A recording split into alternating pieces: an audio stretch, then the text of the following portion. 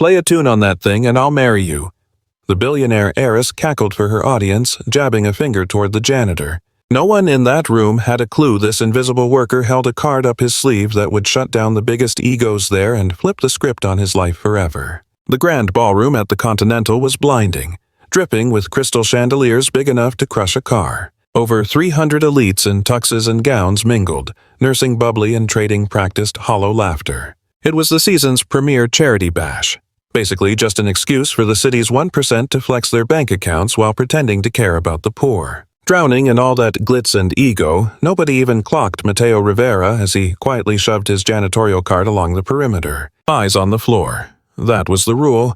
He had mastered the art of invisibility years ago. In a joint like this, the help only becomes real when they screw up. "Watch it!" A socialite snapped as he brushed past, jostling her flute. "Are you blind or just stupid?" "So sorry, ma'am." Mateo mumbled the apology, shrinking back into the shadows as fast as his legs would carry him. His chest was pounding. Not from the near miss with the lady, but because of the real reason he had taken this shift. Center stage, elevated like an idol, sat a massive black Steinway & Sons. Under the spotlights, it gleamed like forbidden fruit. Mateo couldn't keep his eyes off it.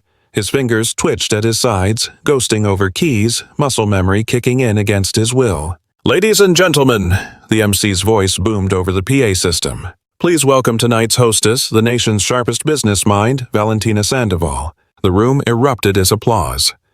Mateo glanced up, catching his first real look at her. Valentina strode to the mic with the swagger of a woman who had never heard the word no. She reeked of old money and influence. Perfect hair, diamonds worth more than Mateo's lifetime earnings, and a plastic smile that stopped dead before it reached her eyes. "Thank you. You're too kind." Her voice cut through the noise, commanding.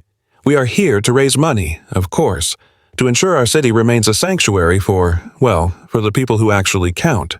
A ripple of knowing chuckles went through the crowd. The words hit Mateo like a slap. People who count. He knew exactly where he stood in that equation. He didn't. "And to set the mood," Valentina went on, gesturing, "we have imported this absolute beast of an instrument. Though I have to admit," she let the silence hang for effect, "it seems talent is in short supply tonight. I asked around, but everyone is too shy to step up." The crowd murmured. The pro they booked bailed last minute, some emergency, so now the piano was just sitting there, a loud, silent awkwardness in the room. "Such a waste," Valentina sneered. "Cost a mint to get it here, and apparently not a single soul has the culture." She stopped. Her eyes locked onto Mateo. He had been staring at the keys so hard he hadn't realized he had drifted out of the shadows. He was standing right in the open. The room went dead quiet. Valentina cocked an eyebrow, scanning the janitor up and down like he was a stain on the carpet. "Well, look at this," she drawled, prowling to the edge of the stage. "Someone seems awfully fascinated by our little toy." A few guests tittered nervously. Mateo felt hundreds of eyes piercing his skin. Every instinct screamed, run, hide, but his boots felt concreted to the floor. "Tell me," she pointed a manicured finger right at him, "do you even know what that is, or are you just attracted to shiny objects?" The laughter got louder, meaner. Mateo clenched his fists, face burning with shame, but his gaze held steady. Valentina saw it and mistook his dignity for insolence. "Oh, hold on." She hopped off the stage, clicking her heels across the floor straight toward him. The crowd watched like it was a car crash. "Don't tell me you actually think you can play." I didn't say anything, ma'am," Mateo whispered, "but you were eyeing it like you owned it." She was right in his face now. He could smell the money on her, see the malicious spark in her eyes. She was loving every second of this. "You know what? Let's make this fun." She spun around to the crowd, arms wide like a circus ringleader. "Ladies and gentlemen, I have an idea." Her voice echoed off the walls. "Since this gentleman is so obsessed with the piano, I'm going to make him an offer he can't refuse." She strutted back to the stage, milking the moment for everything it was worth. For Mateo, time stopped. "Tell you what," Valentina announced, her voice cutting through the chatter as she pointed a manicured finger at the Grand Steinway. "If you touch that piano and actually impress me, Joe, I'll marry you on the spot." The ballroom erupted in raucous laughter. It was the punchline of the evening, a cruel bit of theater for the wealthy elite. A billionaire heiress proposing to the janitor? The sheer absurdity of it had guests clutching their stomachs, gasping for air. "Well," Valentina beamed, basking in the attention, Are you going to step up, or do you prefer to scurry back to your mop bucket and finish your shift? Matteo felt the air thin around him. Every instinct screamed at him to run, to vanish into the service corridors and never look back. But his gaze drifted, almost against his will, to the instrument, that beautiful beast. It wasn't just furniture. It called to him like an old friend he hadn't spoken to in years. Memories flooded his mind like a breaking dam, small hands stretching across ivory, a gentle voice whispering, "You have a gift, my son. Never let it fade." Endless hours of scales, thunderous applause, the dizzying heights of success, followed by the crash, the grief, the silence. "Looks like the cat got his tongue," a heckler jeered. "Oh, let the poor man go, Valentina," another voice drawled lazily. Most would have been satisfied with that amount of humiliation, but Valentina was just getting started. She leaned in close, invading his personal space, dropping her voice so only he could hear the venom. "You know what is truly tragic?" She hissed the words. "People like you don't get to have dreams. You are born in the dirt, and you die in the dirt. That is just the natural order." Something inside Matteo snapped. It wasn't rage. It wasn't a desire for revenge. It was something far heavier. It was the sudden, sharp recollection of the man he used to be, the dignity he had buried under layers of invisible labor and resignation. He straightened his spine and locked eyes with her. "I accept," he said, his voice steady. The laughter died instantly. The silence was deafening. Valentina actually took a step back, her mask slipping for the first time. "Excuse me." "I accept your challenge," Matteo repeated, projecting his voice this time. The tremor was gone. "I will play the piano." A ripple of nervous tittering returned, but the mood had shifted. The air crackled with a strange electricity, drawing the guests in like moths to a flame to see how this train wreck would end. Valentina quickly smoothed her features, recovering her poise. Her smile returned, though it didn't reach her eyes. "Very well," she gestured theatrically. "By all means, show us what you are made of." Matteo began the long walk to the platform. His heavy work boots thudded against the polished floor, echoing in the quiet room. He ascended the steps slowly, feeling the physical weight of 100 judgmental stares pressing down on his shoulders. They watched him with morbid curiosity, waiting for the inevitable failure. He sat on the bench. Surprisingly, it was already at the perfect height. The keys gleamed under the chandelier light, an expanse of black and white perfection. For a heartbeat, he just stared, letting his rough fingertips graze the cold, smooth polish. "Need a user manual for that?" someone shouted, sparking a fresh wave of giggles, but Matteo tuned them out. He closed his eyes and inhaled deeply. He was no longer in a ballroom surrounded by people who saw him as furniture. He was back in a different life, a time when music was his first language and the piano was his voice. He hovered his hands over the keys. The room seemed to inhale collectively, and then Matteo played. The first note hung in the air, pristine, absolute. Then the second, then the third. His fingers swept across the board with a fluid grace that defied logic, moving as if they had never stopped playing. He was performing Debussy's Clair de Lune, a piece demanding both technical precision and immense soul. The laughter didn't just fade, it was extinguished. The mocking whispers vanished, replaced by a silence broken only by music that flowed like a mountain spring. Valentina's smirk died a slow death. Her eyes widened in genuine shock as she watched the man, the janitor she had just tormented, transform the instrument into an extension of his own spirit. Matteo played with his eyes shut tight, lost in the soundscape. His calloused fingers danced with a mastery that stole the breath from the room. It wasn't just technical perfection. There was a raw, aching history in every chord, pain and beauty woven into a symphony that spoke of things words could never touch. Tears began to trace lines down faces that had been sneering only moments before. The melody was so pure it bypassed the mind and struck directly at the heart. As he approached the piece's swelling middle section, the room suspended in time. The notes rose and fell like tidal waves, each crashing harder than the last, building toward an emotional zenith that shook the very souls of everyone present. With a touch as light as a feather, Matteo let the final notes drift into the air. The music dissolved into a hush so heavy you could hear the blood rushing in your ears. For a few heartbeats, the room was dead still. Matteo stared down at his own fingers resting on the ivory, as if he couldn't quite reconcile that they were the ones responsible for the sound. Then came the break. A solitary clap echoed from the back, followed by another. It snowballed instantly.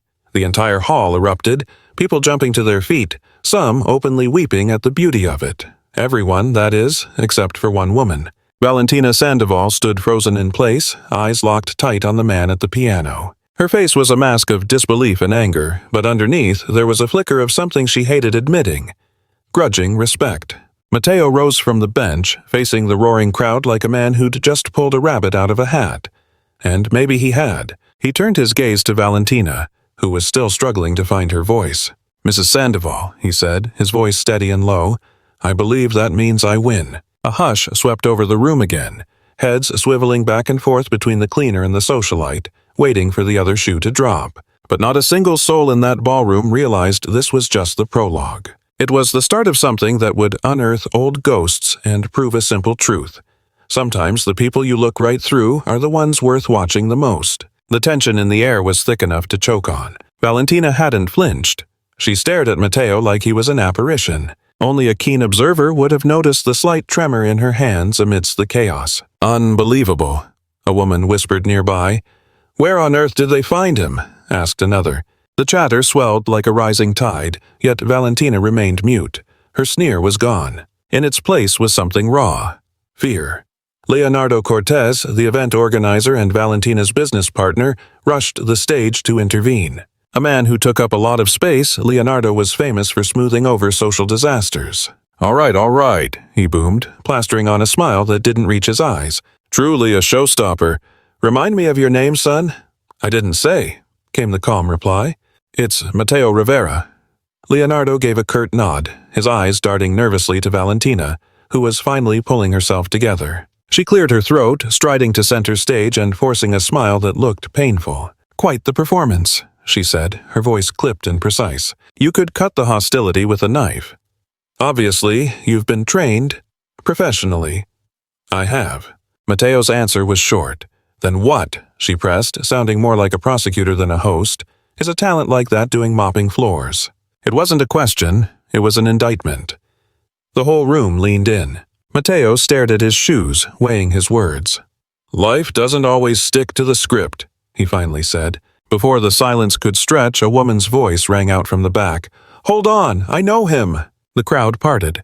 A woman pushed through the guests, her face glowing with recognition. It was Sofia Mendoza, the city's sharpest music critic. "It's him," she breathed, nearing the stage. "That's Matteo Rivera, the prodigy who vanished off the face of the earth." A collective gasp swept through the room. Phones came out instantly as people started Googling. The color drained from Valentina's face. Matteo Rivera, Sofia continued, standing beside him now, was on track to be the greatest pianist of his generation. He took gold at the International Piano Competition when he was just a kid. They called him the modern Mozart. He had bookings at Carnegie, the Royal Albert, everywhere. "Hang on," Leonardo cut in, bewildered. "If he was a star, what happened?" Sofia looked at Matteo with soft eyes. "A personal tragedy. He walked away from the music world and just disappeared. No one knew where he went until tonight." Matteo stood silent, jaw clenched tight. Old ghosts were clawing their way out. "It was years ago," he finally murmured. His whisper amplified through the speakers, hitting everyone in the gut. "I lost my family in an accident. After that, I couldn't touch the keys. Every note just sounded like what I'd lost." The room was graveyard silent. Tears glistened in the eyes of the onlookers. This wasn't just a show, it was a scar being opened. "But you played tonight?" Sofia said gently. "Why now?" Matteo held her gaze. "Funny how strangers can show us our true selves without even trying, isn't it?" The air between them was thick enough to choke on. She studied him, searching for a crack in his armor, but he remained absolute stone. "Well, this is getting interesting." Leonardo jumped in again, practically sweating through his suit. "Right. Well, we all remember Valentina's little quip earlier, don't we?" "Wasn't a quip?" Matteo's voice sliced through the noise. "It was a wager. You explicitly stated, Mrs. Sandoval, that if I sat at that bench and moved you, I'd earn your hand. And there are over 300 people here who heard you sign that verbal contract." The polite whispering exploded into a roar. Smartphones lit up the room like fireflies, everyone recording, snapping, live streaming the drama. This was going to be trending before dessert was served. Valentina could feel the reins slipping from her fingers. She stiffened, putting her corporate mask back on. "It was clearly a figure of speech," she snapped. A bit of theatrical flair. Nobody actually expected. Mateo cut her off. Expected someone in my uniform to have actual depth? Is that it? We're just background noise to you. Good for scrubbing floors and vanishing. I didn't say that, she protested, though she sounded unsure. Then clarify it for me. Mateo took a deliberate step closer. He wasn't aggressive, just immovably solid. Are you saying your promises are empty? That you can dangle people for entertainment and then cry joke when the underdog actually wins? The guests watched the volley like spectators at center court, heads swiveling back and forth. Valentina felt the weight of hundreds of gazes dissecting her every twitch. Look, she started, trying to salvage her dignity. You have a gift, obviously, but holding me to a marriage proposal made in the heat of the moment? It's ludicrous. Is it ludicrous because I push a mop? Mateo challenged. If I were one of these CEOs in a tuxedo, would it still be a joke? Valentina's mouth opened, but the denial died in her throat. The silence screamed the truth. A smooth baritone broke the silence. A man with a commanding presence strode through the double doors. Ricardo Molina, the city's sharpest legal mind, and annoyingly famous for his ethics. Pardon the intrusion, he said, taking the stage, but I might be able to shed some light on this mess. Ricardo! Valentina nearly collapsed with relief.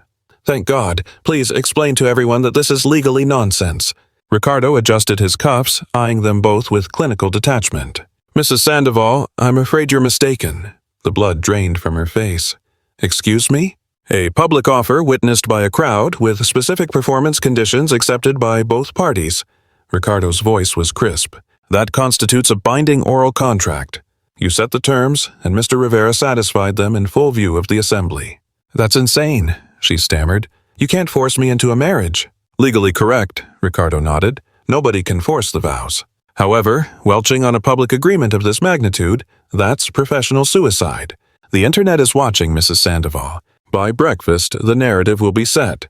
Valentina Sandoval mocked a worker, made a promise, and ran for the hills when he proved to be her equal. The room buzzed. Valentina scanned the crowd. Every raised phone felt like a gun pointed at her reputation.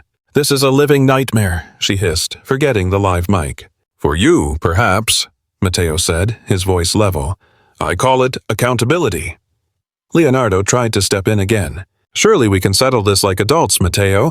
How about a settlement? Valentina can write a check. We're talking life-changing money here. Keep your cash, Mateo said, shutting him down. Then what do you want? Valentina snapped, her facade shattering. You don't actually expect a wedding, do you? A partnership. Mateo held her gaze. I want you to understand what it feels like to be judged without cause. I want you to feel, just for a second, what it's like when someone looks right through you. That's cruel, she whispered. Is it? Mateo stepped closer. I've worked in your tower for years. I've polished your desk. I've taken out your trash. I've been a ghost to you. And the kicker? You didn't even recognize me tonight. You had no clue who I was, even though you walk past me every single morning. Valentina's eyes went wide. You work for my company? In your building, Mateo corrected. I work for the janitorial service you keep on retainer. I've been scrubbing your floors for years, but let's be honest, people in my tax bracket are invisible to people in yours. We're just convenient shadows to you. The confession hit the room with the force of a physical blow. Valentina actually took a step back, a flicker of something resembling guilt crossing her features. Sofia Mendoza, who had been watching the scene unfold from the stage, finally broke her silence. Mateo, listen.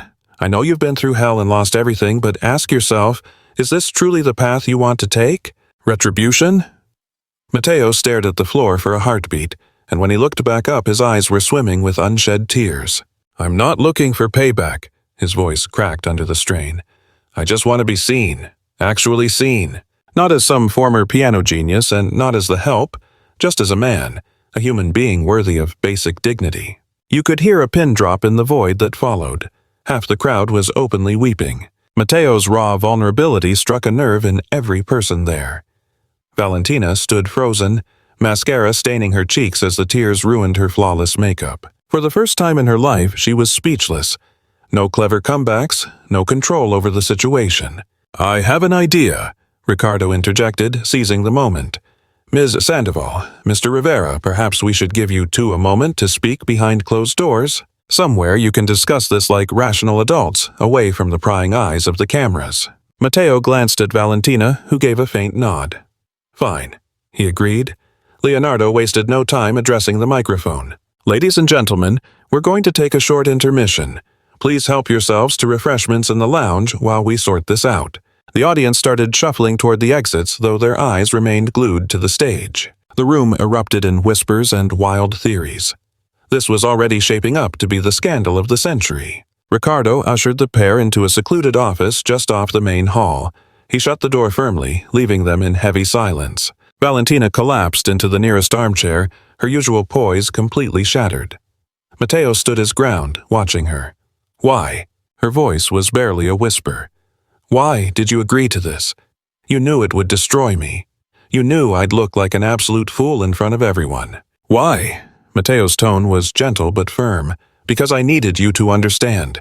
Just for a split second, I needed you to feel what I've lived with for years. The shame, the judgment, the feeling of being invisible. Well, mission accomplished. Valentina spat out bitterly. My name is Mud. By tomorrow morning I'll be the laughingstock of the entire nation. It doesn't have to end that way. Matteo pulled up a chair across from her. There's still a way to fix this. Valentina glared at him through red-rimmed eyes. How? The damage is irreversible. There's something you need to understand. Matteo leaned in close. I don't hate you, Valentina. I don't even really know you. But that stunt you pulled tonight, the cruelty, the public shaming, that wasn't new to me. That's been my reality for years, and frankly, I'm exhausted. So what do you want from me? She asked, genuine confusion clouding her face. Matteo took a deep, steadying breath. I want you to evolve. I want you to look at the people you think are beneath you and actually acknowledge their existence. And how exactly do you propose I do that? Marry me, Matteo stated calmly. Valentina looked at him like he had grown a second head. Excuse me? Not forever, he clarified. Just give me 1 month. 30 days as your husband. You'll have to see me, speak to me, and treat me as an equal. 1 month where you can't use your bank account or your social standing as a shield. If the month ends and you still think I'm worthless, just some janitor who doesn't matter, then we get divorced and I vanish from your life. Valentina stared at him in disbelief. You can't be serious. Dead serious, Matteo replied. 1 month. That's my only condition. In return, I promise to walk away and never speak a word of this to the press. And if I say no, then the internet never lets this die. You'll be the billionaire tyrant who mocked a fallen prodigy, then went back on her word the moment he proved his worth. Valentina squeezed her eyes shut. She was cornered, and they both knew it. 1 month, she repeated softly. And what are the terms? We live under the same roof. We act like a couple in public. And in private, you just learn to see me as a human being. A heavy silence hung in the air. Valentina realized she had no cards left to play. Her reputation, her business empire, everything she had built was on the chopping block. Fine, she finally whispered. 1 month. Matteo nodded, but a strange look crossed his face that she couldn't quite read. Was it victory? Sorrow? Resolve? Then we have an agreement. He held out his hand. Valentina stared at his open palm for a long moment before gripping it.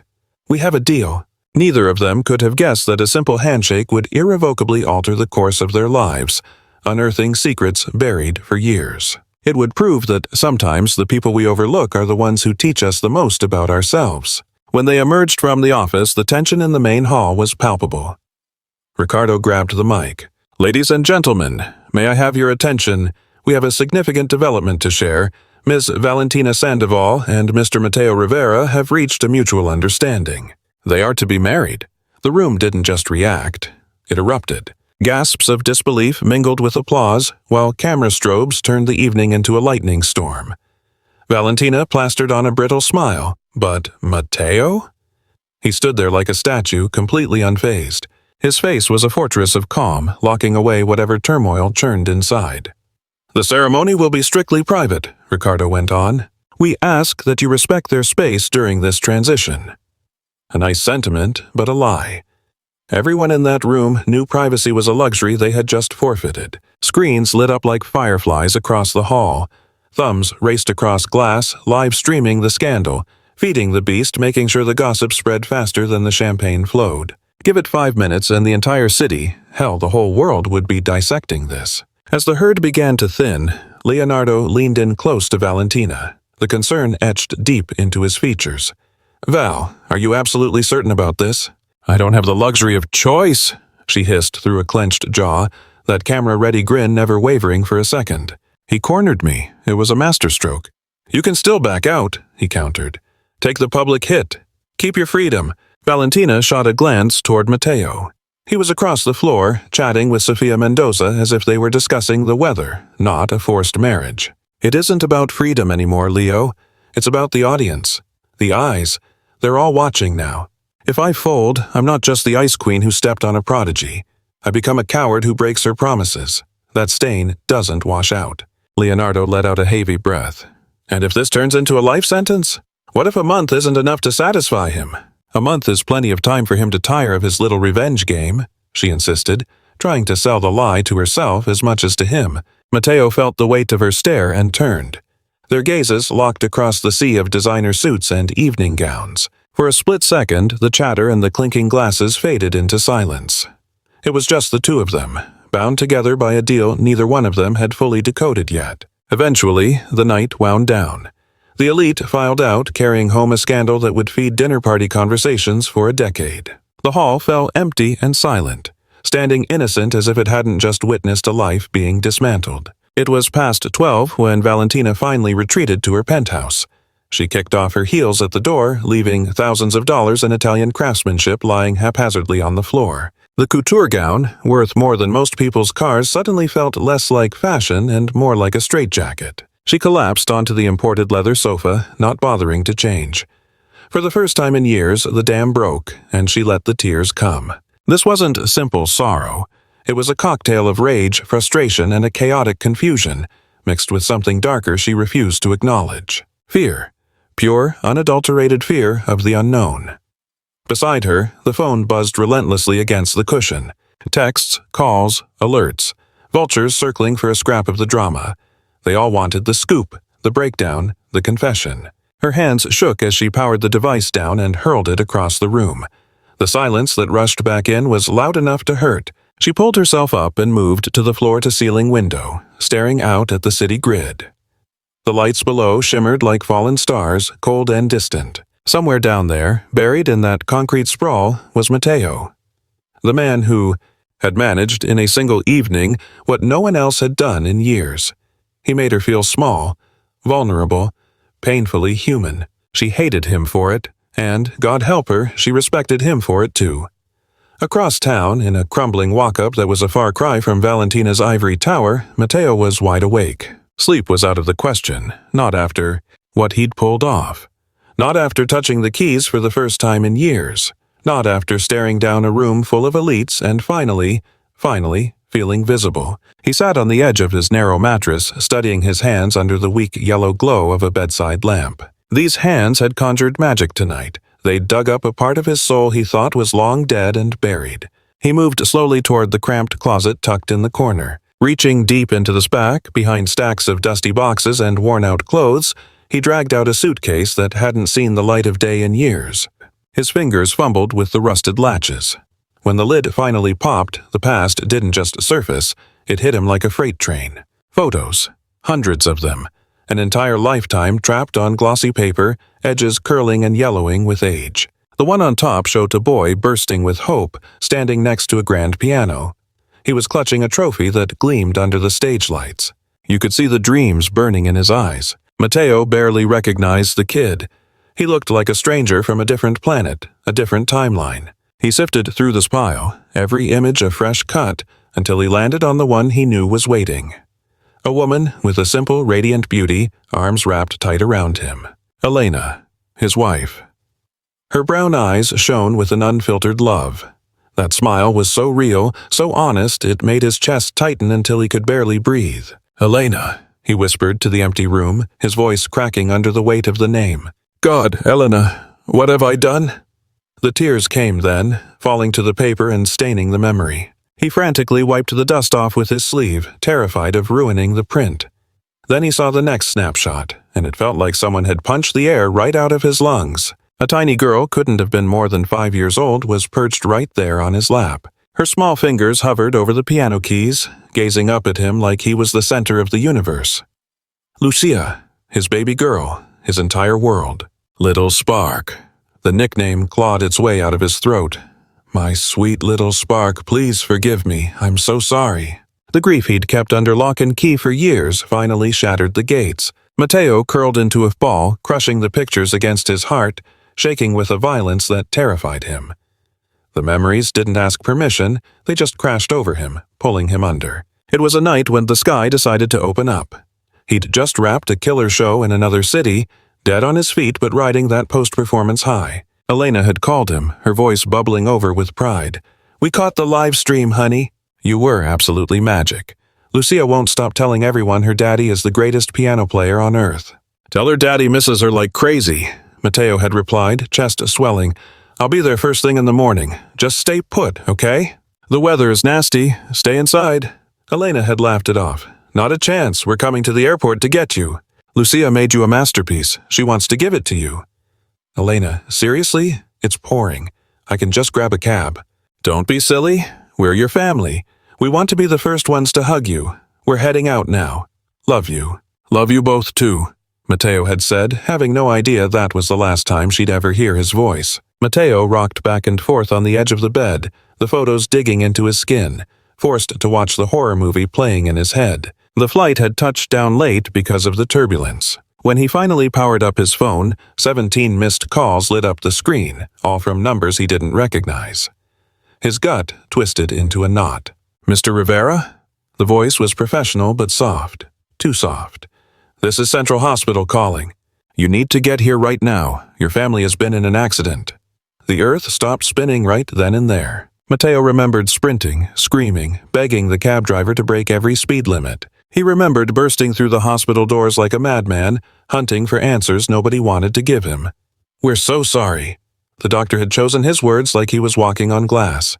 "Your daughter didn't survive the crash. She was gone before the paramedics arrived. Your wife is in emergency surgery now."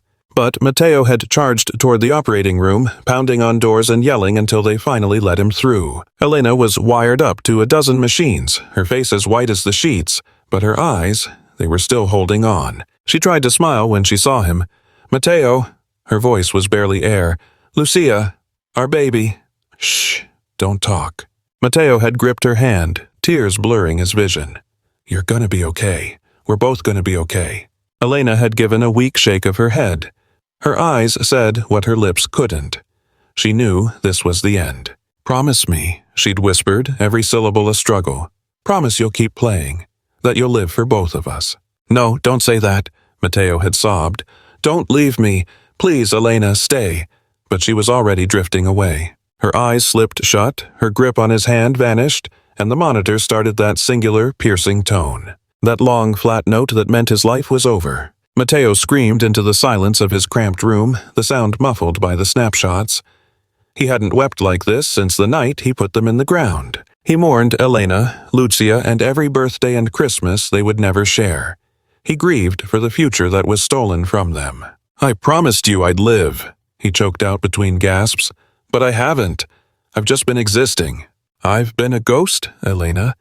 A coward who couldn't face the world because being in it without you hurts too much." The sudden ring of the phone made him jump. It was way past midnight. He almost let it go to voicemail, but something made him pick up. "Mr. Rivera?" The woman's voice was crisp, efficient, businesslike. "This is Patricia Ruiz, executive assistant to Mrs. Sandoval." Mateo swiped the tears from his face, trying to steady his breathing.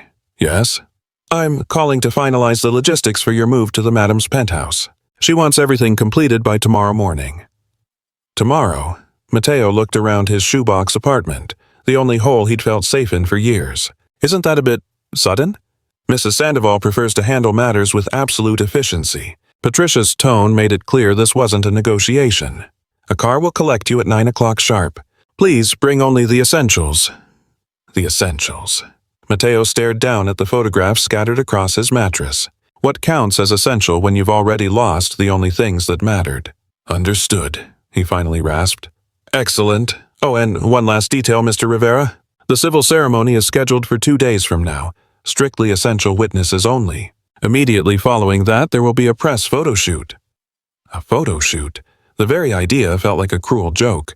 Mrs. Sandoval is a high-profile figure. She needs to own this story. You get that right? Matteo got the message loud and clear. For Valentina, this wasn't life. It was just another corporate fire to put out with cold calculation. Not a real union, no warmth, just pure crisis management. Anything else? He asked, itching to hang up. No, sir. Have a good evening. After the line went dead, he stared at the screen for a long time. 2 days until he tied the knot with a woman who looked down on him, a woman he had cornered into this deal. A woman who likely despised the very ground he walked on. What the hell was he thinking? He gathered the snapshots with care, tucking them back into his luggage, but kept one out. Elena and Lucia, caught in a candid smile. So happy, so naive, oblivious that their clock was running out in just a few days. I'm not sure about this, he whispered to the glossy print. I don't know if this is what you'd want, Elena, but I had to feel something again. I had to prove I'm still here, that I still count. The frozen smiles gave no advice, just stared back with that quiet, timeless affection. Sleep evaded them both that night. They lay awake in different parts of the city, heads spinning over the past and dreading the future. Valentina couldn't take her eyes off the prenuptial agreement Ricardo had forwarded. Legalese, exit strategies, stipulations, cold and sterile, exactly how business should be. So why did it feel so hollow? While Matteo packed his entire existence into 2 small duffel bags, Valentina sat in a 2-story penthouse cluttered with expensive items she likely never touched. The irony wasn't lost on him. As the first light broke, they both watched it from their respective windows. Valentina gazed down from her glass fortress. Matteo looked up from his cramped flat. In less than 24 hours, their realities were going to crash into each other in ways they couldn't predict. Closets would be opened, scars ripped fresh, and they'd have to figure out if this sham marriage was their end or their beginning. The sun climbed over the skyline, completely unbothered by the human mess unfolding beneath it. A fresh start was looming, and neither was ready. The black sedan pulled up at 9 o'clock sharp. The chauffeur, a middle-aged guy with a stone face, grabbed Matteo's meager luggage. He didn't ask why the load was so light. Wealthy people paid for silence, not chit-chat. On the ride to the elite district, Matteo watched his neighborhood fade away as a foreign world rolled into view. Run-down blocks turned into shimmering skyscrapers. Chaotic streets smoothed out into pristine boulevards. It felt like crossing the border between 2 galaxies that were never meant to meet. When the private elevator doors slid open into Valentina's penthouse, Matteo felt like he was walking into an art gallery, not a living space. Everything was monochromatic, white, black, gray. No family photos, no plants gasping for air, nothing out of alignment. You're here. Valentina's voice made him jump. She stepped out of the kitchen area, wearing high-end athleisure but no makeup. The dark circles under her eyes proved she'd had a rough night too. Your room is upstairs, she said with a corporate edge, refusing to look him in the eye. Patricia will show you around. I'm on Zoom calls all morning. Valentina, hold on. Matteo dropped his bags. We need to discuss. There's nothing to discuss. She cut him off sharp. We have a deal. 1 month. After that, we go our separate ways. Until then, we play the happy couple out there and stay strangers in here. Strangers? Matteo stepped closer.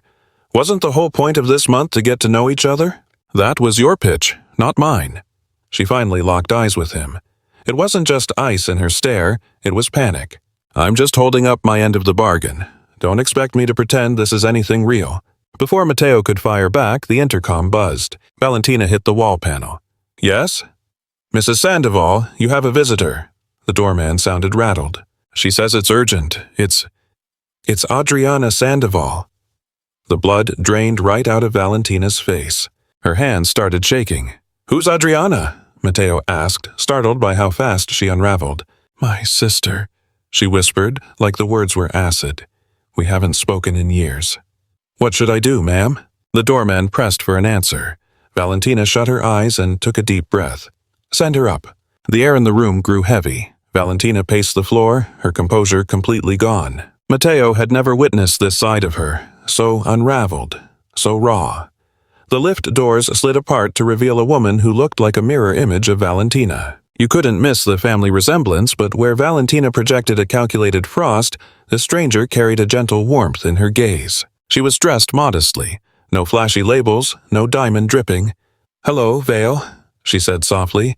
Adriana broke the silence, her tone steady yet soft. "Why are you here?" Valentina shot back, skipping the pleasantries. "I saw the headlines." The whole country saw the headlines. My sister marrying a complete stranger right after publicly destroying him. Did you honestly think I wouldn't show up? "You aren't welcome here," Valentina cut in sharply. "Not after what you did." "What I did?" Adriana let out a bitter laugh. "Vele, it's been years. How long are you going to hold this over my head?" "Forever," Valentina snapped. Her icy mask finally cracked. "You obliterated this family. Because of you, Dad is—" She choked on the words, suddenly aware that Matteo was absorbing every agonizing detail. Tears streamed unchecked down her cheeks. Adriana turned her attention to Matteo, sizing him up with a piercing look. "You must be Matteo Rivera, the piano player." "That's me," Matteo replied, completely out of his depth in this family feud. "Do you have any idea why my sister turned out this way?" Adriana pressed on. "Why she built such high walls around her heart?" "Adriana, don't you dare!" Valentina warned. Valentina's voice trembled, but Adriana barreled through the warning. "We used to be different, a real family. Our father ran a modest but successful firm. We were happy, normal. Then I made a mistake." "A mistake?" Valentina practically spat the word out. "You call embezzling millions from the family business a mistake?" Matteo's eyes went wide. Adriana looked down, visibly ashamed. "I didn't steal it," she whispered. "I just trusted the wrong person. My husband at the time, he cooked the books, forged signatures. By the time I figured it out, the damage was done." "And you stayed silent," Valentina screamed. "You let Dad believe it was you. You let the scandal burn us to the ground to protect your husband." "Because I thought I could save what was left of us if I took the fall," Adriana replied, her voice cracking. "I thought Dad would understand eventually." "Well, he didn't," Valentina whispered. "The scandal finished him. The stress, the humiliation, losing his life's work, it killed him." The silence that followed was suffocating. Matteo felt like an intruder watching open surgery on old wounds. "That's why you changed." Adriana nodded softly. "She worked herself to the bone to resurrect the Sandoval name, to prove we weren't trash. But somewhere along the way she forgot how to be a person." "What would you know about being a person?" Valentina snapped back. "You left. You vanished for years while I cleaned up the mess alone." "I left because you threw me out," Adriana corrected. "You told me you never wanted to see my face again. You said I was dead to you." Valentina turned away, unable to look her sister in the eye. "So why come back now?" "Because I saw your face in that video." Adriana stepped closer. "I watched this man play, and I watched the way you looked at him. For the first time in forever I saw a spark. It was fear, mostly, but something else too." Valentina furiously wiped her face. "You don't know anything about me." "I know you're marrying a total stranger in 48 hours, Adriana pointed out. "I know something at that gala shook you to your core if you agreed to something this insane. And I know the sister I grew up with, the one who used to dream about true love and a big family, is still in there somewhere." Matteo watched, his chest tightening. The cruel, calculating executive who had publicly shamed him was just a wounded girl who had lost as much as he had. "Adriana, please, just go." Valentina sounded utterly defeated. "I can't deal with this right now." "Okay," Adriana nodded. "But before I leave, I need to say what I should have said years ago. I'm sorry. I'm sorry I trusted the wrong man. I'm sorry I wasn't stronger. I'm sorry Dad died thinking I betrayed him, and I'm sorry we wasted all these years acting like strangers." She turned to leave, but her eyes caught Matteo's luggage by the entrance. One suitcase was unzipped. The corner of a photograph poked out. Without asking, Adriana walked over and pulled it free. It was the portrait of Elena and Lucia. "Who are these two?" she asked softly. Matteo felt a phantom punch to the gut. "My family," he choked out. "They died years ago." Adriana studied the image with an intensity that unsettled him. Her face drained of color. "What was your wife's name?" "Elena," Matteo answered, confused by her reaction. "Elena Marquez." The photo slipped from Adriana's trembling fingers. Valentina spun around, alarmed by the sudden silence. "What is it? What's wrong?" Adriana looked up, her eyes wide with horror and fresh tears. "Vale, do you remember that car crash, the one my husband caused?" "What does that have to do with?" Valentina started, but the realization hit her like a physical blow. Her expression twisted into pure terror. "No," she whispered.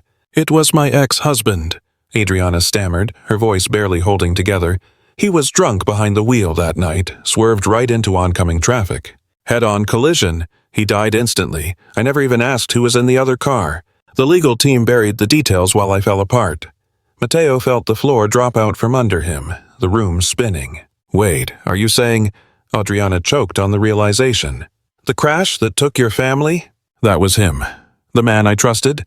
The man whose mess I cleaned up.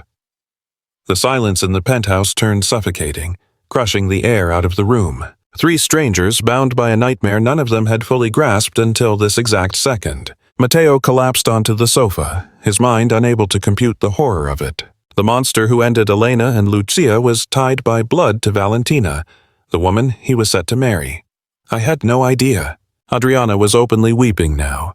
Matteo, you have to believe me. If I'd known there were victims, if I'd known a family was wiped out. But you did know. Matteo's voice was a hollow shell. You knew he was driving drunk. You knew he hit someone. You just didn't care enough to ask for their names. That's a lie, Adriana screamed. I cared. I was just broken. My whole world imploded that night. I lost my marriage, my reputation, my father. And what did I lose? Matteo stood up, shaking with suppressed rage. I lost my wife. I lost my 5-year-old daughter. Lucia was only 5, and she's dead because your husband couldn't call a cab. Valentina stood frozen, eyes darting between her sister and Matteo. The horrific picture finally came into focus. That's why you quit music, she whispered. That's why you vanished. That's why I became a ghost, Matteo finished, because existing with that grief was unbearable. Every morning I woke up felt like a betrayal. How could I keep breathing when they were in the ground? Adriana reached out with trembling hands. Matteo, please.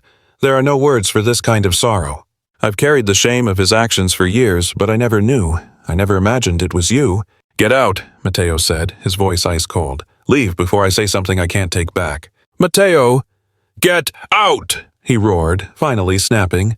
Adriana stumbled back, tears streaming down her face. She shot one last desperate look at Valentina before fleeing into the elevator. The doors slid shut, leaving a heavy, unbearable silence in their wake. Valentina and Matteo stared at each other from across the room, a massive chasm opening up between them. I had no idea, Valentina finally managed. Matteo, you have to believe me. I didn't know the crash that ruined my family was the same one that destroyed yours. Does it matter? Matteo asked bitterly. Does it change anything? It changes everything. Valentina took a cautious step forward. It means I've been carrying the weight of that night too. My sister trusted that man. My family's need to avoid a scandal is what kept him on the road until it was too late. If I had just done something, reported him... No, Matteo cut her off. You don't get to carry that cross. I spent years doing exactly that, blaming myself for taking the gig, for not making them stay home. The only person at fault is the man who got behind the wheel drunk. But my family shielded him, Valentina countered. Adriana took the fall, she whispered. We kept it out of the papers, made sure the full story was buried. Why tell me this now? Matteo's question hung in the air. Because you deserve the whole ugly truth. Valentina wiped her eyes. Now I get the look you gave me at the gala. It wasn't just revenge. It was pain, recognizing pain. 2 broken people colliding at the worst possible time. Matteo sat back down, drained of all energy. So where do we go from here? I don't know, Valentina admitted, sitting near him but leaving a gap between them. The contract says we marry in 48 hours. But after this? Matteo looked at her. Do we call it off? Do we pretend this nightmare link between us doesn't exist? Link? Valentina looked confused. We're bound by those worst moments of our lives, Matteo explained. Your family and mine shattered by the same man at the same instant. Don't you see the twisted irony? We hated each other for surface-level nonsense while sharing this profound grief. Valentina sat in silence, absorbing it. Finally, she spoke. Do you still want to go through with the wedding? Knowing all of this? Matteo thought for a long moment, then slowly nodded. Yes, more than ever. Why? Because now I know I'm not the only one drowning in impossible guilt. I understand why you put up those walls, and maybe, just maybe, 2 people broken by the same tragedy can help each other heal. Valentina stared at him, stunned. After everything I did and everything we just found out, you really think we can save each other? I haven't got a clue, Matteo admitted with zero pretense. And honestly, it's not worth the energy to try and figure it out. For the first time since their worlds collided, a genuine smile broke through Valentina's tears. "You are an odd one, Mateo Rivera," she said, "and you, Valentina Sandoval, are one complicated piece of work." A weak chuckle escaped them both, a foreign sound in the heavy air, yet somehow soothing. Their wedding was just 2 days away, but the arrangement had shifted.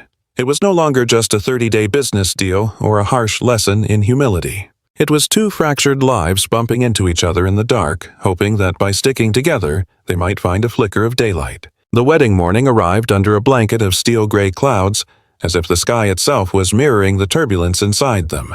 Mateo woke up in a room that cost more than his life's earnings, blinking against the opulence that still felt like a mistake. The thread count on the sheets was higher than he could count, smoother than anything his rough hands had ever grazed. Outside the glass, the city sprawled like a conquered kingdom beneath him, but the view held zero appeal today. In a matter of hours, he would be bound by law to the woman whose lineage was tangled up in the deaths of Elena and Lucia.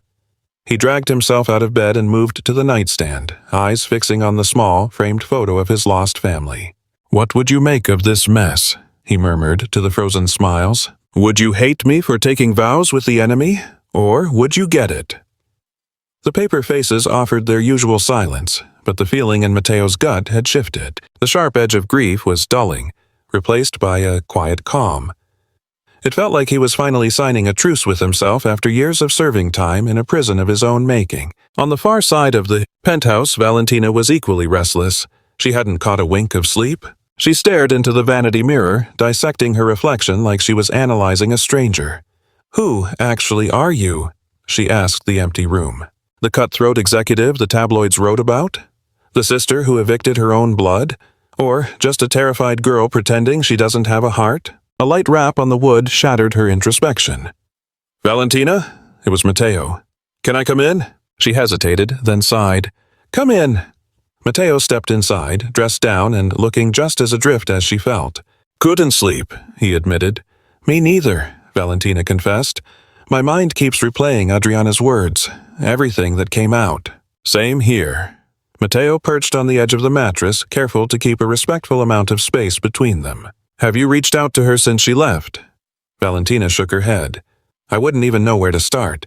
It's been years of nothing but hurt and bad blood. And now this bombshell. We know both our families were wrecked by the exact same hand." Mateo finished the thought. "That your sister lost just as much as I did, and you've been carrying a weight that wasn't yours to bear."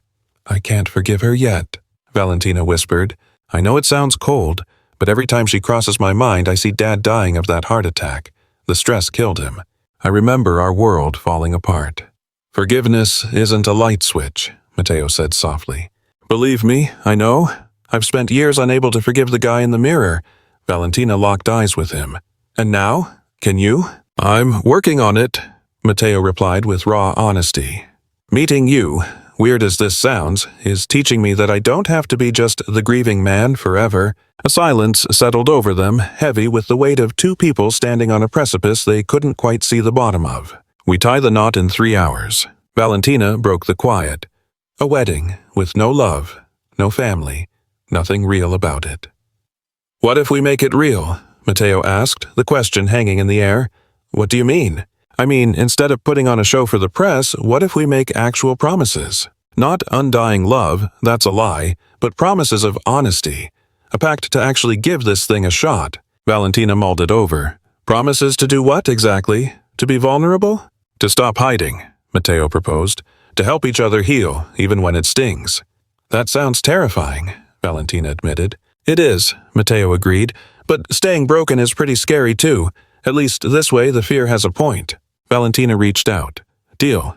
Real vows, real vulnerability. 1 month to see if 2 broken halves can make a whole." Mateo took her hand. This time, he didn't pull away so quickly. The dynamic was shifting. Subtle, sure, but undeniable. The civil registry office felt sterile, cold, and bureaucratic. Just the way Valentina liked it. The only souls present were Ricardo the lawyer and Patricia the assistant, standing in as official witnesses. Leonardo had sent a note of regret claiming he couldn't stomach watching this charade. The government clerk droned through the standard script, visibly bored. He'd probably stamped 50 marriage licenses that week alone. This was just paperwork to him. Do you, Valentina Sandoval, take Matteo Rivera to be your lawful husband? Valentina looked up at Matteo. In his gaze, she saw a cocktail of grief, hope, fear, and grit. I do. And do you, Matteo Rivera, take Valentina Sandoval to be your lawful wife? Matteo held her gaze, unwavering. I do. Then came the official decree. By the authority vested in me by the state, I now pronounce you husband and wife.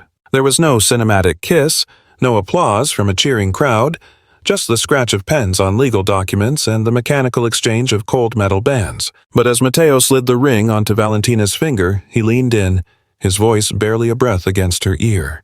I vow to give you the truth, even when it cuts deep. Valentina, sliding the matching band onto his hand, met his intensity. And I vowed to remember what it means to be human again. Those jagged, heavy promises carried more weight than any flowery sonnet ever could. The press junket was staged in the atrium of the city's most opulent hotel, a venue dripping with excess. Reporters swarmed the perimeter, lenses focused and microphones live. The narrative was irresistible. The humble janitor wedding the untouchable corporate heiress. Chin up, let's see those teeth, the photographer barked, shoving them closer together until their shoulders touched. Valentina flashed her boardroom smile. Polished, practiced, porcelain. Matteo, however, couldn't fake it. His expression was tight, a genuine mix of nerves and hesitation. Mrs. Sandoval, a reporter shouted from the pack, how does it feel tying the knot with a stranger you met just days ago? Life has a way of surprising you, she replied, her tone perfectly calibrated to deflect the intrusion. Sometimes the wild cards turn out to be the aces. Then the focus shifted. Mr. Rivera, another voice cut in. Is it true you're the vanished prodigy, Matteo Rivera? Why did you walk away from the stage? The question hit Matteo like a physical blow, heavy with old regret. I lost something vital, and my purpose went with it. But I'm learning that reinvention is possible. He paused. Perhaps my wife will be the key to that door. The press didn't let up.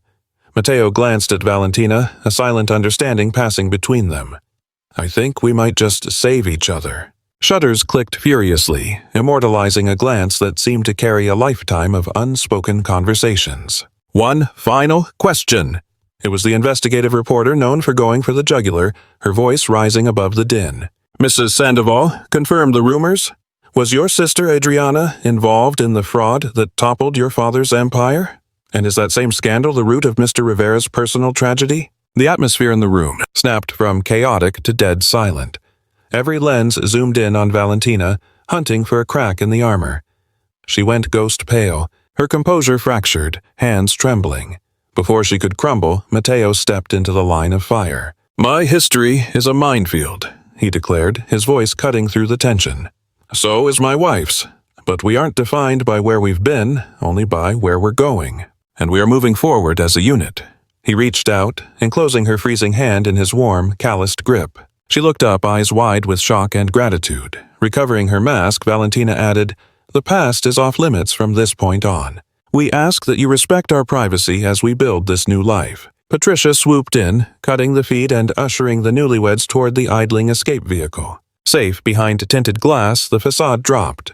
Valentina collapsed into the leather seat. How? She sobbed. How did they connect the dots so fast? It's their job to dig, Matteo said calmly. But it doesn't matter now. We didn't give them anything usable. You stood up for me. Valentina stared at him, bewildered. You don't even know me, yet you took the hit. We're a team now, he shrugged simply. For better or worse, we're in the same boat. The drive back to the penthouse passed in silence, but the air felt different. Heavy, but not hostile. This arrangement, born of vengeance and necessity, was morphing into something undefined. Something neither of them was ready to label. Stepping into the penthouse, they were greeted by the unexpected. The living room was drowning in blooms. Roses, lilies, sunflowers. The sterile, minimalist void had become a riotous garden. Who sent all this? Valentina wandered through the scent, checking tags until Matteo plucked a card from a bouquet. The color drained from his face as he scanned the note. What is it? Valentina moved to his side. He wordlessly handed her the card. The script was elegant but shaky. Sunflowers were her favorite. Elena mentioned it once back at the hospital when we were both waiting for our babies. I had no idea she was your wife until today. Please forgive me, Adriana. Valentina gasped, hand flying to her mouth. My sister? She knew your wife? It seems our fates were tangled long before we ever met, Matteo whispered, the realization haunting him. Buried in another arrangement was a second note, masculine scrawl, hurried. Valentina, we need to talk. There are details about the accident you're missing. Things Adriana took to her grave. This changes everything. Leonardo. Valentina read the words 3 times, her mind refusing to compute the threat. What does he mean? Her voice trembled with dread. I don't have a clue, Matteo admitted, but it sounds critical. Do you think we should hear him out? We need the full picture, Matteo said, his resolve hardening. No matter how much it hurts. Valentina dialed Leonardo's number without another second of hesitation. The call ended abruptly, leaving a suffocating tension in the air. When she lowered the phone, her expression was a war between dread and resolve. He'll be here in this morning, she stated. He claims to have paperwork, evidence that flips the script on everything we thought we knew about the accident. Evidence? What kind? He tried to keep his composure, but Matteo's voice cracked under the strain. What if we're just scratching the surface? What if the truth is darker than the nightmares we've already imagined? Without a word, Matteo pulled her close. It wasn't a calculated move, just pure instinct. Yet Valentina didn't pull away. She leaned into the support, letting someone hold her up for the first time in ages. Then we deal with it as a team, he murmured against her hair. Sticking to their pact, they didn't retreat to separate wings that night. Instead, they camped out in the living room, surrounded by bouquets, talking until the sky turned gray. Valentina dropped her guard, spinning tales of her girlhood, her father, and the dreams she harbored before the boardroom hardened her into an icon of steel. Matteo opened up about Elena and Lucia. The agony was receding, replaced by a quiet, wistful gratitude rather than the sharp sting of loss. She wouldn't want me stuck in the past, he confessed as the sun began to crest the horizon. She always had a better head on her shoulders than I did. She saw right through me, and your daughter. She was stunning, Valentina, she said, studying the photograph Matteo had placed between them. She had your eyes. But the laugh? That was all her mother. Matteo smiled softly. You could hear that giggle 3 rooms away. Do you think the missing ever stops? No, Matteo answered, his tone lacking any hesitation. But I'm figuring out that I can grieve without joining them in the grave. Remembering them doesn't have to mean ending my own life. Valentina nodded, tears tracing silent paths down her cheeks. I miss my dad. I miss the sister I was before the world fell apart. I miss the girl who existed before I built this fortress around myself. Fortresses can be dismantled, Matteo offered gently. And even if the ruins are a mess, sometimes you find something striking in the rubble. Like kintsugi, Matteo mused, the Japanese practice of fixing broken pottery with gold lacquer. The breaks become the most valuable part of the piece. A watery smile broke through her tears. Since when did you become a philosopher? About the time I stopped running from the hurt and started listening to it. When they finally drifted off, legally husband and wife, the air felt different. There was a fragile, terrifying, yet undeniable sense of hope. But neither saw the freight train coming. Leonardo's revelations the next day were about to shatter the foundations of their new reality. Ancient secrets were clawing their way to the surface. The truth wasn't just going to rewrite history, it was going to hold their future hostage. Their first 24 hours of wedlock ended with 2 souls slightly less lonely. The second day, however, threatened to burn down everything they had started to build. The real hurricane was just making landfall. Leonardo showed up at the penthouse right at 12 noon, gripping a battered leather case that looked heavier than it should have been. The couple sat waiting on the sofa, shoulder to shoulder, displaying a unity that would have been impossible a week ago. Appreciate you seeing me, Leonardo said, his grim expression putting them on edge. What's in here changes the whole narrative. Give it to us straight. How bad? Valentina's voice wavered. It's not bad, Leonardo corrected, unclasping the bag. It's complex, it hurts, but it's necessary. He slid a thick manila folder onto the coffee table. When the dust settled after the gala, I started digging. The official story on the crash felt off, so I brought in a private eye. Why go to that trouble? Matteo asked, frowning in confusion. Because I know how you operate, Valentina. Leonardo held her gaze. I know this arrangement is changing you, despite the rocky start. I wanted to make sure you were building this foundation on solid ground, not half-truths. Valentina swallowed hard. All right, what did you dig up? Leonardo fanned the papers out. The top sheet was a police report. Just seeing the header made Mateo's stomach turn. "The crash happened how they said," Leonardo began. "Adriana's husband, Carlos Mendez, was driving drunk. He drifted across the center line. The collision was immediate. However, certain specifics were kept out of the papers." "What specifics?" Mateo choked out, his voice barely audible. Leonardo produced another sheet. Elena didn't die on the table right away like the surgeons claimed. "Mateo, she survived for 3 more hours after you left the hospital." The room seemed to spin. "What?" "They sent you home thinking it was hopeless, but she had a moment of clarity. She stabilized just enough to do one thing." He revealed an envelope, yellowed with age. "She asked for a pen and paper. She managed to write 2 letters before the end. 'One is for you, Mateo.' 'And the other?' Valentina whispered. 'For your father, Valentina. For Mr. Sandoval.'" The silence in the room became so heavy it felt suffocating. "Why did my father never tell me?" The words caught in Valentina's throat. That letter had arrived precisely when the Adriana scandal detonated. The exact day your family dynasty began to fracture. He had buried these pages in a vault, right alongside the deeds and trust funds. After his passing, his attorney was bound by strict orders. Keep the seal unbroken until the stars aligned. "Aligned how?" Mateo asked, his voice trembling. "Until the paths of Mateo Rivera and the Sandoval Empire crossed once more. Somehow, some way. Your father was a believer. He knew fate would force a reckoning when the time was right." A sob escaped Valentina. "He knew. My father knew about the link the whole time." Leonardo gave a solemn nod. He'd carried that heavy secret to his grave. It wasn't just the bankruptcy that stopped his heart. It was the guilt, knowing his son-in-law's kin had obliterated a working-class family, and he was powerless to fix it. Mateo stared at the envelope bearing his name as if it were an unexploded grenade. His fingers shook so violently he couldn't even grip the paper. "Do you want me to read it for you?" Valentina asked softly, steadying his hand with hers. Unable to speak, Mateo just nodded. With almost religious care, she broke the seal. Inside lay 2 sheets of stationery, the handwriting strained and labored, ink smudged by what looked like teardrops, or perhaps blood. "My dearest Mateo," Valentina began, reading aloud into the heavy silence. Her voice cracked on the very first syllable. "If you are holding this, it means I am no longer by your side.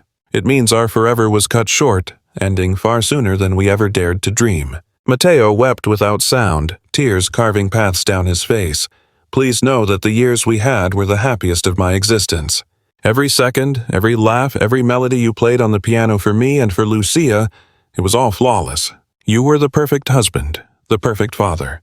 "Elena," Mateo whispered to the air, desperate for her to hear him. Valentina fought to keep her composure. "I know you. I know you are blaming yourself right now, my love. You're telling yourself you should have insisted we stay in that night, or that you should have been the one behind the wheel, that you should have done 1,000 things differently. But listen to me. It was not your fault. None of this rests on your shoulders. The blame lies solely with the man who chose to drink and drive. And I need you to know, I forgive him, even as I lie here dying because of him. I forgive him because hatred only breeds more agony."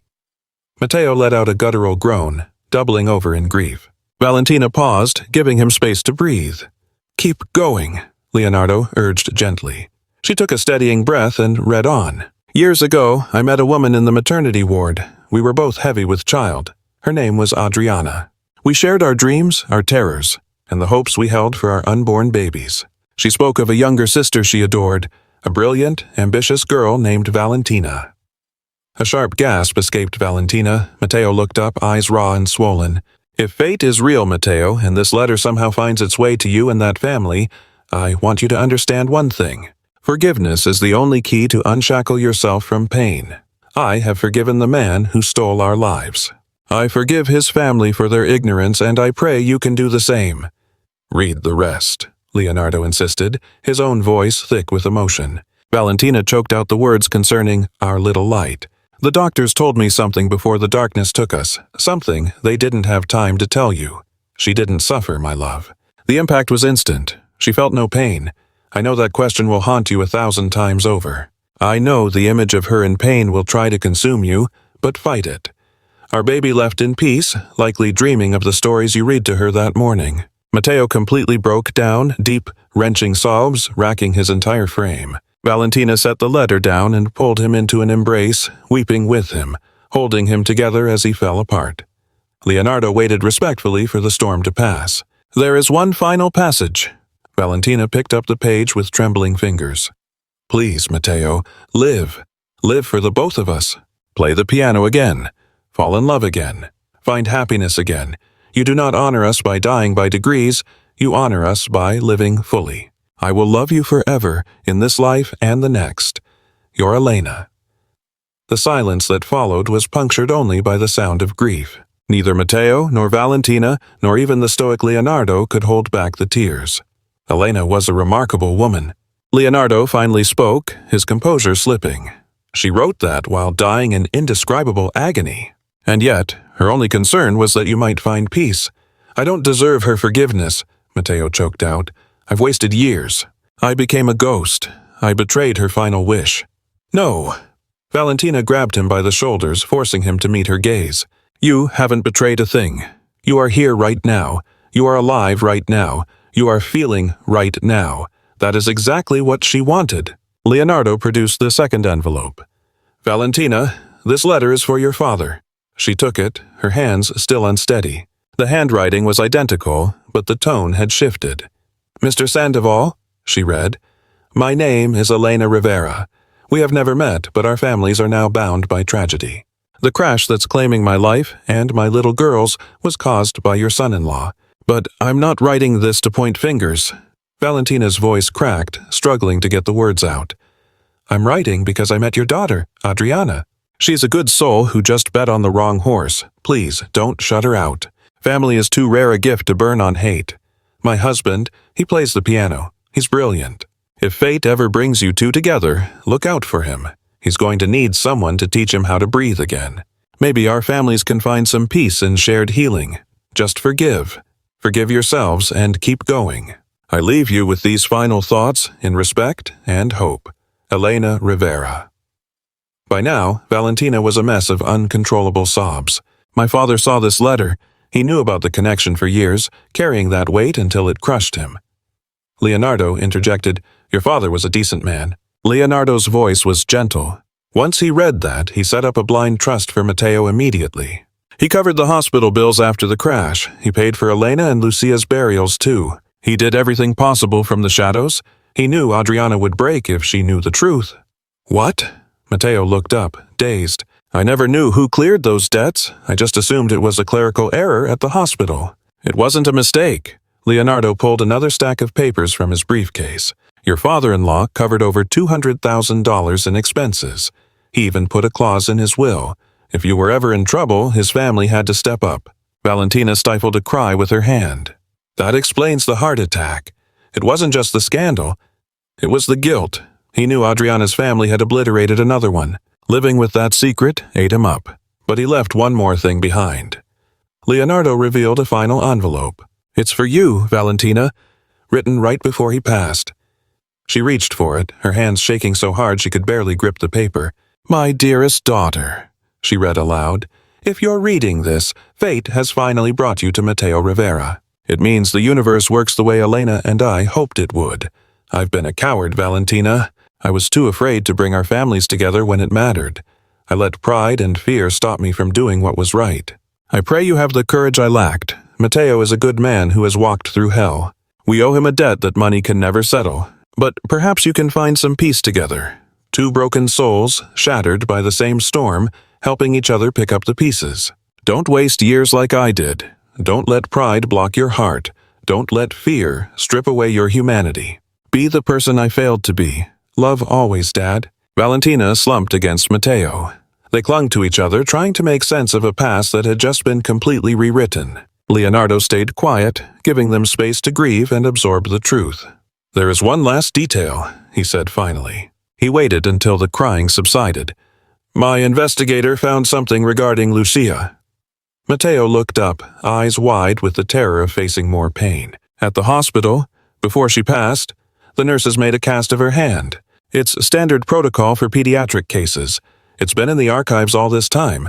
I can have it retrieved for you if you want." Matteo couldn't find his voice. He just nodded as fresh tears spilled over. And, Leonardo looked between them, heavy with gravity, one final thing. Elena was expecting when she died, only a few weeks along.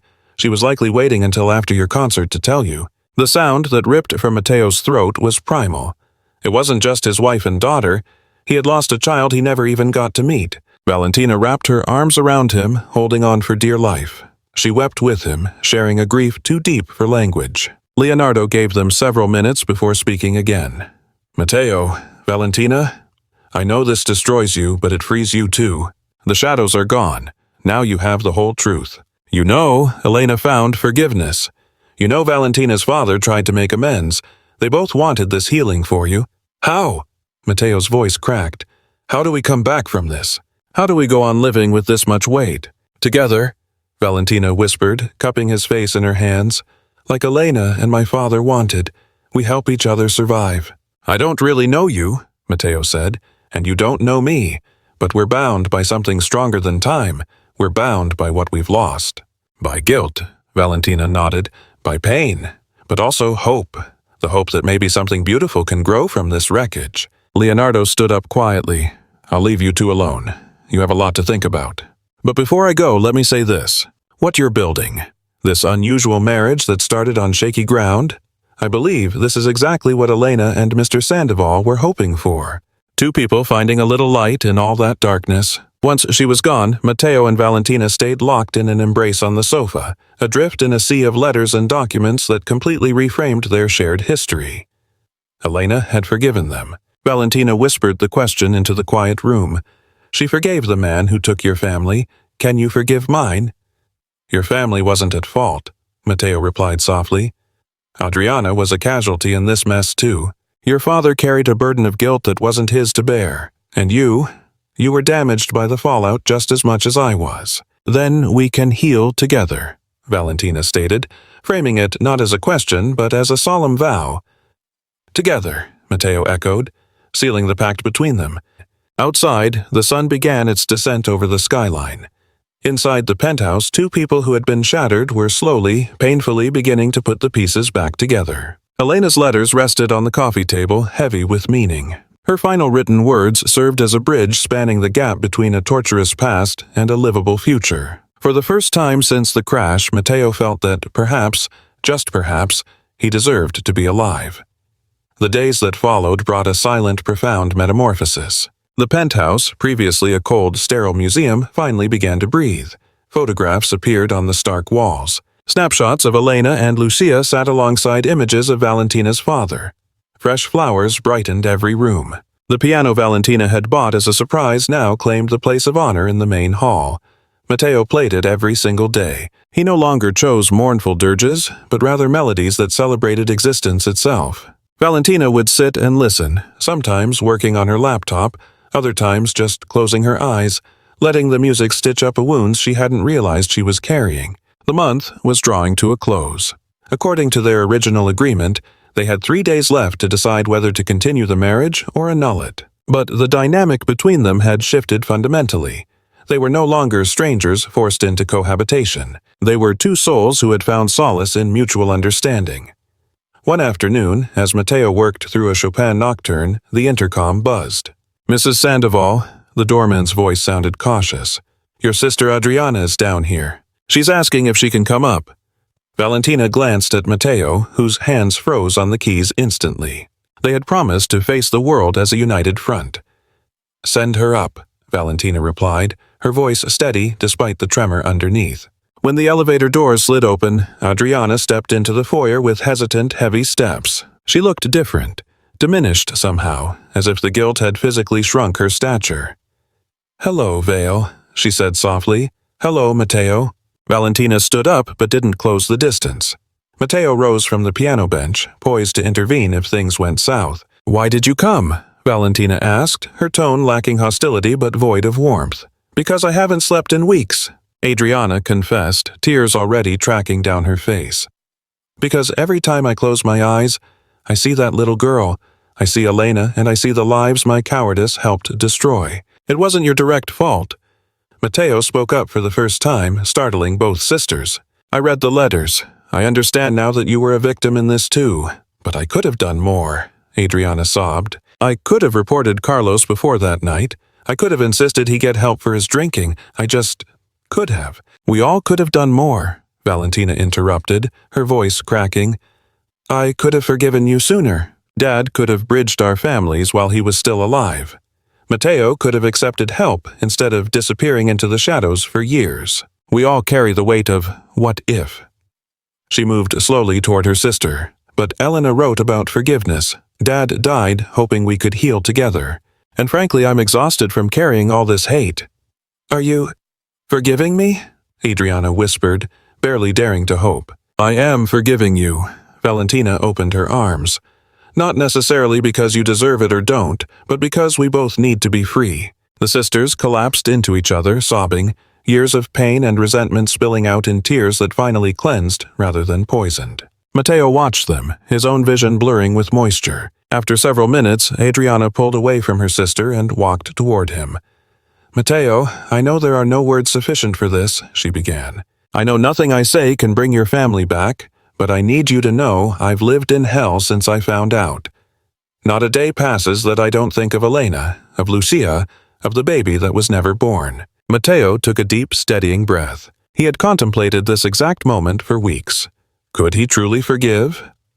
Elena forgave you, he finally said. Even as she was dying, she forgave you. Who am I to offer anything less than she did? He extended his hand. Adriana stared at it, trembling, before gripping his hand. Thank you, she whispered. I will spend the rest of my life trying to honor their memory. Then, just live a good life, Mateo, she said simply. Love your family. Be happy. That's the best way to honor her.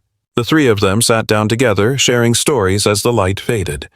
Adriana spoke of meeting Elena at the hospital, recounting their conversations about motherhood and lost dreams. Valentina shared memories of her father, explaining how he had carried heavy secrets just to keep his family safe. Mateo spoke of Elena and Lucia without the devastating agony of before, his voice now filled with sweet nostalgia and gratitude for having known them at all. There is one more thing I need to tell you both, Adriana said, as the afternoon surrendered to the night. I've thrown myself into volunteering with an advocacy group dedicated to stopping drunk driving. I give speeches, share my nightmare, and warn people about the wreckage left behind.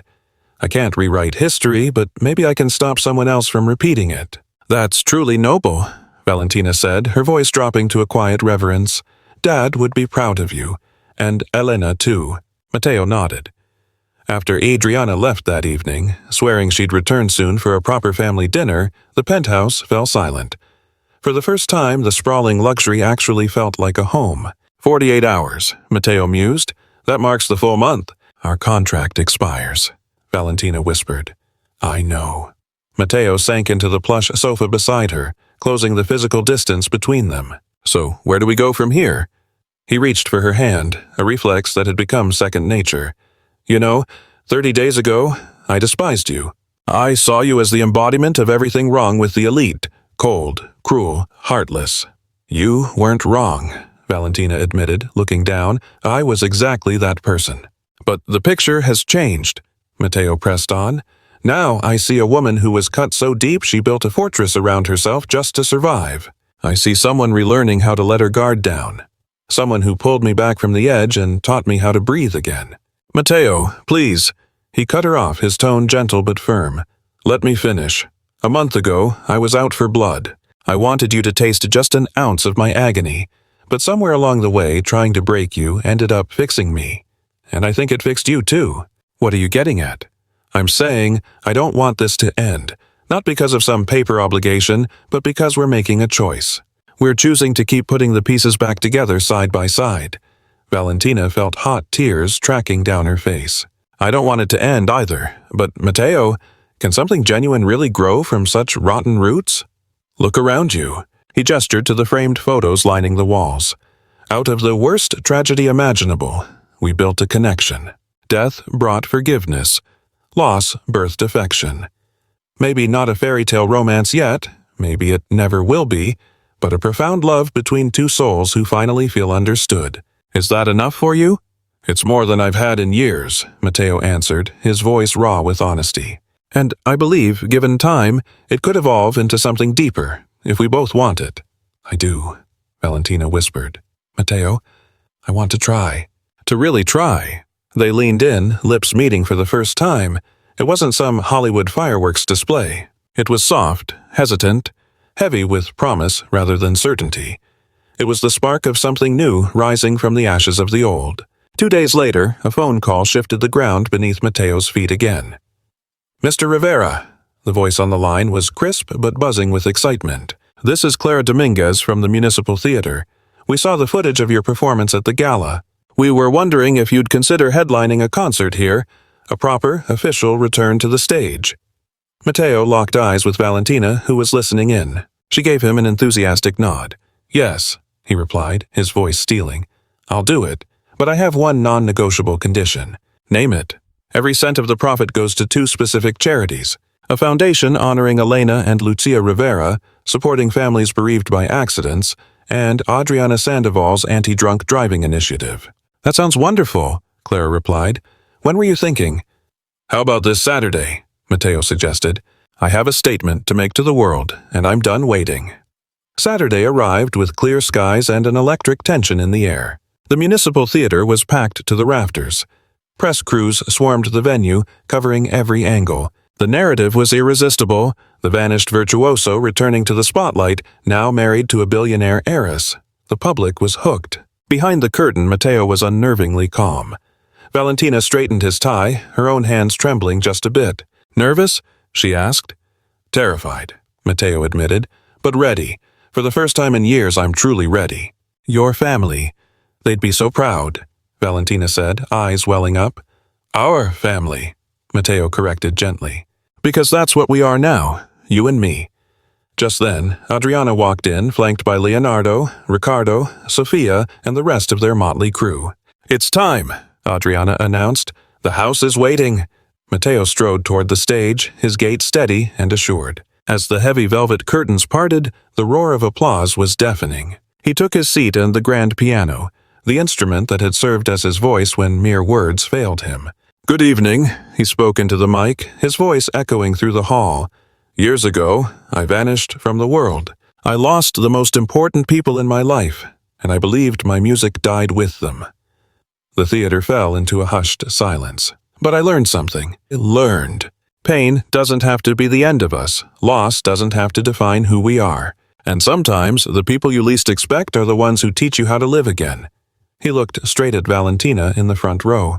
"My late wife, Elena, asked me to live, to play, to love again. It took me years to grasp what that meant, but I finally understand. Tonight, I play for Elena, for my daughter Lucia, for the child I never got to meet, for my father-in-law, who carried heavy secrets to protect his kin, and for everyone who has lost something and believes they will never heal." He placed his hands hovered over the keys. "I wasn't just playing for the audience, I was playing for Valentina, the woman who taught me it's never too late to be human again." He began to play. It wasn't Debussy or Chopin this time, but something raw he'd stitched together over the last few sleepless weeks. He called it Rebirth. The melody started soft, almost fragile, dripping with the heavy ache of loss. But slowly, the narrative shifted. Hope began to weave itself through the sorrow, a golden thread in a dark tapestry. Joy broke through the melancholy. Every chord told a story of being shattered and pieced back together, of dying inside and finding a way to breathe again. You could hear a pin drop in the theater, save for the sniffling. Valentina made no effort to hide her tears, and Adriana was right there with her. Even Leonardo, the stoic suit who usually treated emotions like bad investments, had wet streaks running down his face. The music swelled, climbing toward a crescendo that felt like life itself, messy, imperfect, and absolutely devastating in its beauty. When the final notes faded like a sigh of relief, the silence hung heavy for seconds. Then the room erupted. A standing ovation, applause that refused to die down, and shouts of "Bravo" bouncing off the rafters. Matteo stood up, tears streaming freely. But they weren't tears of grief anymore. They were the runoff of a soul finally unburdened. "I finally did it, Elena," he whispered to the rafters. "I finally lived." Later backstage, Valentina nearly tackled him with a hug. "That was the most magnificent thing I've ever heard," she said, her voice trembling. "It was for you too," Matteo said. "You showed me that love can bloom even in the scorched earth of a disaster. Love, Valentina repeated, her pulse hammering. Matteo looked her dead in the eye. Yeah, I don't know when the shift happened. Maybe it was when you stood up for me against the press, or when we cried over Elena's letters, or maybe just a million quiet moments in between. But somewhere along the line, I stopped pretending to be your husband and actually became him. I love you too, Matteo, she confessed, feeling stripped bare yet stronger than iron. I don't know how. I don't know how something this pure grew out of something so jagged, but I love you. They kissed, ignoring the applause of their friends and family. It wasn't the closing chapter of a book, but the opening line of a sequel. Months later, the Elena and Lucia Rivera Foundation had thrown a lifeline to hundreds of families. Adriana was touring schools, turning her guilt into accident prevention. Valentina had overhauled her entire empire, prioritizing human dignity over profit margins and treating her employees like people, not assets. And Matteo was back at the piano, not for the critics or the paycheck, but for the sheer joy of creation. One evening, on the anniversary of the crash, Matteo and Valentina visited the cemetery, laying sunflowers on Elena and Lucia's graves. Hi, my love, Matteo spoke to the stone. I'm here to officially introduce you to someone. This is Valentina, my wife. I know it sounds complicated, but I think you'd get it. I think you'd even approve, he said, and Valentina stepped forward. Elena, thank you for forgiving us, for wanting him to live, and for weaving our families together with your final words. I promise I'll take care of him. I promise to honor your memory by making sure we don't just survive, but live. Walking back to the car, Matteo felt a sensation he hadn't known since before the accident. Total peace. What's on your mind? He asked. I was thinking about how the pain broke us, Valentina said. But the breaking made space for something new, something that couldn't have grown if we stayed whole. Kintsugi, Matteo said, nodding. The art of golden repair, finding beauty in the cracks. We're broken pottery held together with gold. The scars are what make us valuable now. They walked hand in hand toward the car. Two people who found salvation in the very place they expected ruin. Connection born from tragedy, family grown from loss. And from the cruelest gamble imaginable, the truest love had blossomed. Because sometimes the best stories start on the worst days, and the people we write off are exactly the ones who save us. The pianist had found his rhythm again, and the billionaire had finally found her humanity, creating something beautiful together from the ashes of their pain. It was a happy ending, sure, but more importantly, it was a real beginning.